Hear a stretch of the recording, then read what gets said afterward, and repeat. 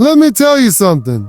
Ain't nothing in this world that'll break you down like going back to where you came from and realizing how far God done brought you.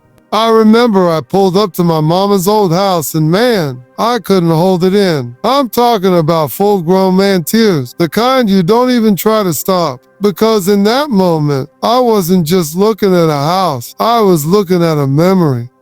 I was looking at a foundation. I was looking at every moment that built the man I am today. See, when you come from humble beginnings, when you grow up with nothing but love, discipline, and a lot of prayers, your heart don't forget that. I looked at that house and I remember the porch my mama used to sit on with a Bible in her hand, calling my name when the streetlights came on. I remember the kitchen where she used to stretch $1 like it was magic, making something out of nothing. Beans and cornbread, that was a feast to us. And I ain't ashamed of that. I'm proud of that. Now let me be real, that house wasn't fancy. The paint was chipped, the roof needed fixing, and the floors creaked like they was crying out for help. But you know what? It was a house full of joy, full of love, full of lessons. That house didn't raise no quitter. That house taught me how to pray. That house taught me how to laugh through pain, how to believe when there wasn't nothing in the bank but faith. That house raised a dreamer. And let me tell you, dreaming don't mean nothing if you forget where the dream started. When I got blessed, when God lifted me up and gave me a platform, I told myself I'd never get so high that I forget that little house my mama kept clean with a mop and a prayer.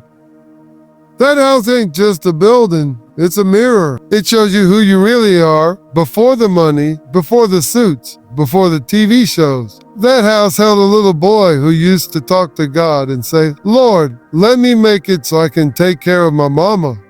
So when I pulled up, when I stood there in front of that house, I broke. Not from sadness, but from gratitude. Overwhelming gratitude. Because I remember the nights I cried in that house. The times we didn't know how we was gonna make it. And now, I stood there as a testimony, living proof that when you stay faithful, when you hold on to what your mama taught you, when you trust in God even when you broke, He will take you further than you ever imagined. You see, it ain't the big mansion that makes you cry. It's that little house that made you believe you could get there. And when I walked away that day, I didn't just leave a house. I left my whole heart behind, saying, Mama, I did it, and I never forgot. Because when God brings you full circle, the tears don't come from pain, they come from purpose. Let me tell you something from the bottom of my soul. There ain't nothing on this earth more powerful than a mama's love. I'm talking about the kind of love that'll straighten you up before life ever gets the chance to knock you down. My mama, she wasn't just a woman raising kids. She was a builder, a teacher, a soldier in the army of the Lord. She built a man out of me with nothing but love, discipline, and a whole lot of prayer. And when I say that, I don't mean some soft, sweet, let you do whatever kind of love. Nah, I mean the kind of love that held you accountable, that called you out when you were wrong, but made sure you knew you were still loved. I didn't realize it at the time, but every no she gave me, every time she said, boy, sit down and think about what you just did, every Bible verse she read out loud, those were tools. Tools she was using to carve a foundation inside of me. Because the truth is, a real man ain't made in the spotlight, he's shaped in the dark. In those quiet moments when a mama speaks life into you, when the world ain't watching. My mama used to tell me, God got his hand on you, boy. Don't you ever forget that. And I didn't know what she meant back then. But now I understand. She saw the man in me before I even saw it myself. You know what kind of strength it takes to be a mother like that? To raise a boy in a broken neighborhood with broken income, but still have an unbroken spirit. That's royalty right there. That's the kind of woman who don't just give birth to you. She births character, she births faith, she births vision. She was my first introduction to what God's love felt like on earth. Firm but fair, strong but soft. And man, when I messed up, when I got off track, she didn't throw me away. She corrected me, then covered me. That's law. There's something else too. My mom was consistent. You hear me? She didn't change up depending on her mood or what life threw at her. Rain or shine, she showed up. She got up early, made sure we ate, prayed over us, worked her job, came home and did it all over again. Day in, day out. That consistency taught me something. If you want to be great, you better learn how to show up, no matter how you feel. And I learned that from her. Before any motivational speaker, before any success coach, I had my mama. But when I look at my life now, when I look at where I came from and where I am, I don't see a man who made it on his own. I see the fingerprints of a mama all over me. Her voice still guides me. Her prayers still cover me. Her lessons still humble me. And that's why I tell every young man I meet, you better love your mama. You better respect her. Because what she's putting inside you right now, that's gold. That's your foundation. That's your armor for when the world tries to tear you apart.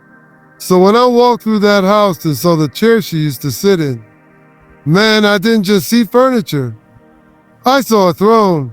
I saw the seat of a queen who shaped the king I became. Because the truth is, every strong man out here, there's a mama behind him who chose to love him enough to raise him right. And when you finally become the man she always believed you could be, that's when you realize your mama didn't just raise you, she anointed you. You know, when you're out here grinding, hustling, trying to make something out of nothing, it's real easy to get caught up in the spotlight. The applause, the cameras, the money, it all gets loud. But let me tell you something that hits harder than all of that. Looking back through the rearview mirror and seeing the price your people paid, just so you could sit where you sitting now. That moment when you finally slow down, take a breath, and realize, oh, the success didn't start with me. This was built on sacrifice. That's a different kind of heavy. And you can't understand that until you've been blessed enough to look back. I used to think I understood what sacrifice meant. Working long hours doing comedy clubs where they didn't even pay me in money. Just chicken wings and a handshake. Sleeping in my car with a Bible on the passenger seat and hope in my chest. But I didn't know nothing about real sacrifice. Not until I remembered my mom standing over the stove after a double shift, still making sure we had something hot to eat. My daddy working construction with his hands all busted up, still finding the strength to teach me how to be a man. That's sacrifice. That's pain disguised as love. And I didn't get it back then. I was too young, too busy trying to chase a dream. But success has a funny way of making you remember what you tried to forget. I remember standing in front of a mirror in a dressing room with lights all around it, and I started crying. Not cause of the fame, not cause I made it, but because I realized who paid the price for me to stand there. My mama's knees, my daddy's silence, my family's patience. They gave up comfort so I could find purpose. You don't see those things clearly until you've got something to lose. When you're broke, you think about survival. When you make it, you start thinking about legacy. And when you do that, you look back. You rewind the tape and see the nights your mama stayed up crying but still told you, baby, it's gonna be all right. You see the shoes she didn't buy for herself just so you could have a new pair. You see the moments when they hid their pain to protect your joy. That's what sacrifice looks like. It ain't loud, it ain't glamorous, it's quiet, it's painful, it's holy. And let me tell you something. When you get that rearview perspective, your whole spirit changes. You stop complaining. You stop feeling entitled. You stop taking credit for what was already paid for in full by somebody else's struggle. That's when you start moving different. You start working not just for yourself, but for the people who paved the road beneath you. You start honoring the pain that made your blessings possible. I go back sometimes, not just physically, but in my mind. I replay those scenes. I feel the weight of what they carried. And I remind myself, I don't get to be tired. I don't get to quit. Not when they didn't. Not when they gave everything they had so I could have options. And every time I speak on a stage, every time I crack a mic, I'm speaking for the ones who never got to live their dreams because they were too busy helping me chase mine. That's why I keep going. Because once you understand the price they paid, you stop living like it's all about you, and you start walking like somebody's sacrifice is your responsibility to carry forward. Let me tell you something that took me years to truly understand. Gratitude ain't just saying thank you when life hands you something good. No, sir. Gratitude is a lifestyle. It's a perspective. It's the heartbeat of a person who's seen both ends of life, the low and the high, the empty and the full, and still chooses to praise God through it all. Gratitude don't come easy when you're in the struggle. When the bills are stacking, the fridge looking like a ghost town, it's hard to be thankful. I know. I've been there. Slept in my car, didn't know where my next meal was coming from. Didn't even know if I'd see another shot at this dream. But guess what? It was in those moments, the quiet ones, the painful ones, where I learned the loudest kind of gratitude. See, it's easy to be grateful when everything's going your way. But real gratitude, that kind shows up when life doesn't make sense. When you ain't got nothing but faith and breath in your body, and you still say, Lord, thank you. That's the kind of gratitude that grows roots. That's the kind that sustains you when life tries to knock the wind out of you. It ain't born in comfort. It's born in struggle. When I had nothing, when I was down to my last, I still thank God. And I believe that's why He kept opening doors for me. Not because I was perfect, not because I had it all figured out, but because I stayed grateful. Now, I walk in blessings I once prayed for. I'm standing on stages I used to dream about. I'm eating in restaurants I didn't even know existed back when I was just trying to scrape together enough for a burger. And let me tell you what that does to a man. It humbles you. It makes you pause because you remember. You remember the you that had nothing. And the deeper that pain was, the louder your gratitude gets when you come out on the other side. And don't get it twisted, I ain't never been too big to cry. I've cried in silence on airplanes, looking out the window, remembering the days I was walking to work because I didn't have a ride. I've broken down in the back of limos because I knew what it felt like to stand in the ring, hoping somebody would give me a chance. You don't forget that. You shouldn't forget that. And when you don't, when you carry that memory with you, that's when your thankfulness gets louder than your pride. Gratitude changes how you treat people. When you know what it's like to be at the bottom, you don't walk around with your nose in the air when God elevates you.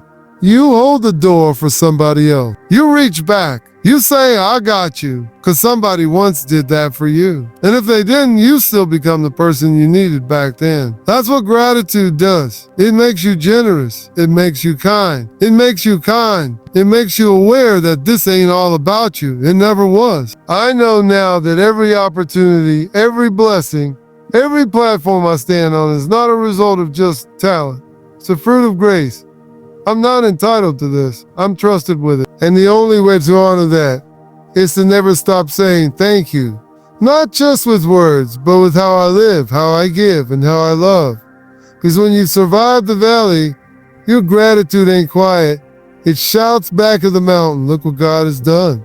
You know, life has a funny way of coming full circle. One day you're the kid with holes in your shoes, standing on the porch wondering if your life gonna amount to anything. And then years later, you find yourself pulling up in a car you never imagined driving, looking at that same porch with tears in your eyes. That's what it means when blessings come full circle. That's what it feels like when God says, I didn't forget about you. I saw the struggle. I saw the tears. Now watch what I can do. But let me tell you something. That kind of moment, it don't hit right unless you honored where you came from along the way. There's a danger in success that don't get talked about enough. When you make it, when the lights get bright, there's a temptation to act like you always had it together. To act like the hood didn't raise you, like struggle didn't shape you, like your mama's prayers weren't what kept you alive. But I'm here to tell you, if you want to keep God's favor, if you want to keep growing, you better remember, you better honor it. Because the truth is, the top don't mean nothing if you forget the ground that taught you how to stand. I've been blessed beyond what I thought was possible. But the reason it means something is because I know where it started. I know the nights I cried myself to sleep, wondering if this dream would ever come true. I know the times I ate crackers and peanut butter for dinner, telling myself it was a creative choice. I remember borrowing gas money just to get to auditions, just to get to a stage, just to get to a mic. So now, when I walk into a place and people know my name, I ain't arrogant. I'm grateful, and I'm mindful of what it cost to get here. Not just what I paid, but what the people around me sacrificed too. See, coming full circle don't mean you forget the past. It means you honor it every step of the way. That's why I go back. That's why I tell my story. That's why I lift people up who remind me of the kid I used to be. Because when you honor where you came from, God expands where you're going. But when you forget, when you act like it was all you, man, that's when pride creeps in. That's when you lose sight of purpose. And let me tell you, I never want to be so successful that I forget my why. I remember going back to my mama's house after all the fame, all the success, and I walked through that door with tears in my eyes. Not because the house changed, but because I had. Because I saw it different now. I saw the miracles and the memories. I saw the lessons in the struggle. I saw how God used that place to mold a man out of me. And it humbled me to my core. Because I realized this house, the one with the creaky floors and faded curtains, that house gave birth to a destiny. And that ain't something you ever forget. So I keep it with me. Every joke I tell, every word I speak, every move I make. I carry that house, that neighborhood, that story with me. Because the circle ain't complete until you use your blessing to bless what birthed you. And when God brings it full circle, it's not just to show you how far you've come. It's to remind you never to forget who you were when nobody was watching. There's a lie this world will try to sell you.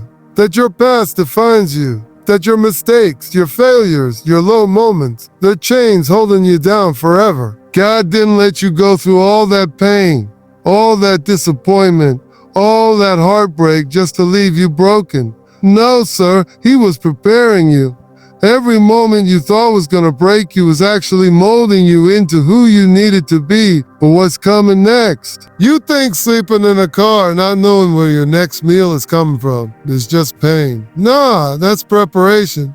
You think being rejected, getting passed over, feeling invisible, that's just bad luck. No, that's training. Because when God finally opens the door, when the blessing shows up, when the platform is in front of you, you better be ready. And only the fire makes you ready. Only the storm teaches you how to walk through the rain with your head up. I've made mistakes, plenty. I've said the wrong things, trusted the wrong people, made bad decisions. But every time I thought I was done, God whispered, "I'm not finished with you yet." That's the kind of grace I'm talking about. The kind that takes a mess and turns it into a message. And let me be real, some of the things I went through, I wouldn't wish on nobody. But would I trade them? Not for a second. Because those are the same moments that gave me strength, gave me wisdom, gave me the voice I got today. Without that, I wouldn't be Steve Harvey. I'd just be another funny man with no foundation. The truth is, you don't find out who you are when things are going smooth. You find out when life is hitting you hard. That's when you discover what you really believe. That's when you find your faith. And when you come out of that, when you survive that, you don't come out the same. You come out wiser, stronger, and more equipped to handle the blessing God's been holding for you. That's why I speak the way I do. That's why I stand on stages and tell my story. 'Cause I know somebody out there sitting in their past, thinking it's the end, thinking the mistake they made is too big, thinking the pain is too deep. But I'm here to say, your story ain't over. Not by a long shot. Your past was never meant to bury you. It was meant to build you, and now you stand on it. Now you speak from it. Now you use it. That's your platform. That's your pulpit. That's your power. So don't hide from your past. Don't run from it. Don't be ashamed of it. Bring it with you, but don't let it control you. Let it remind you of how far you've come, and let it fuel how far you're about to go. Because when you start walking in purpose, When you start using every bit of your story, the good, the bad, the ugly, that's when God starts opening doors that no man can shut. And when you finally realize that your past wasn't punishment, it was preparation, that's when you stop looking back with shame and you start stepping forward with power.